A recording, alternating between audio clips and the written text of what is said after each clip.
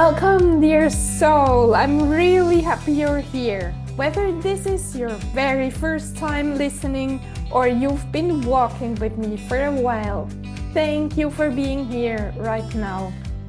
This is the first episode of the new year, a new beginning, and I want to start this year with a very conscious choice.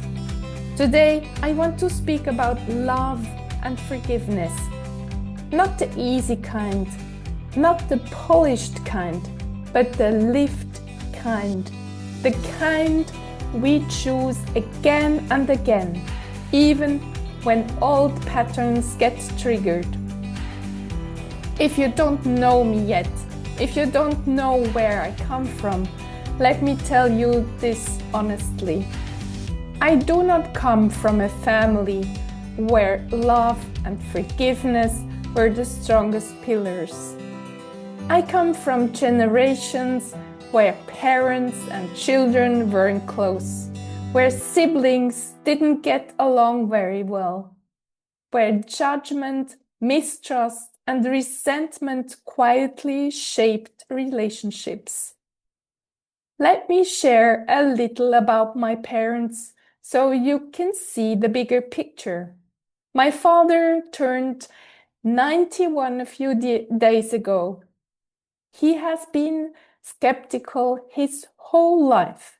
When someone approaches him with openness or kindness, his first reaction is often doubt. People aren't friendly. You have to be careful. I heard these sentences again and again while growing up. When he wrote his memoirs, which I later turned into a book, he spoke a lot about people who disappointed him during his career as a high school director and as president of a pension fund. And last year, when I prepared the sale of his 111-year-old house, he told me repeatedly, "Be careful. There are so many stumbling blocks. Don't trust." And every time he said this, something became very clear to me.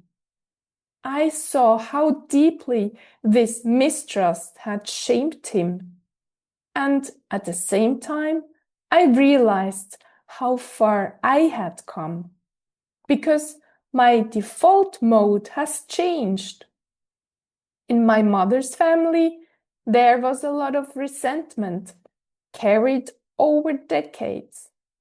My mom passed away last year, and at the end of her life, there were very few people she spoke about with warmth. And that broke my heart. Resentment hurts. It doesn't just hurt emotionally, it hurts physically too. Holding bitterness poisons the system slowly from the inside. And this is why I want to choose differently. This year, when I wake up in the morning, I want to remind myself, I choose love. I choose trust. I choose love even when I'm not treated kindly, because every human being carries their own burdens, their own wounds, their own story. I choose trust first, because mistrust creates tension and negative energy, and I don't want that in my body anymore. And I also choose to be generous with myself, because I know myself. I will stumble. I will fall back into emotions I didn't want to feel. I will overreact. I will sometimes not be kind enough to my 2 sons, to someone on the phone, to myself. I am human. And you are human. And we don't heal by being harsh with ourselves. We heal by being gentle. Forgiveness does not mean approving what happened. Love does not mean allowing everything. And choosing love does not mean losing boundaries. Sometimes choosing love simply means this: I don't want to carry this heaviness anymore. I don't want my nervous system to live in constant defense. I don't want my body to hold stories that no longer serve me. Because our bodies remember. They remember what our minds try to forget. And when we hold on to resentment for too long, it tightens our chest, steals our breath, and hardens our hearts. Love, on the other hand, softens. It creates space. It allows life to flow again. This choice, to soften instead of harden, is not something we make once. It's something we practice. Some days it feels easy. Other days it feels almost impossible. And still, the choice remains. The beautiful thing is this: it is never too late to start again.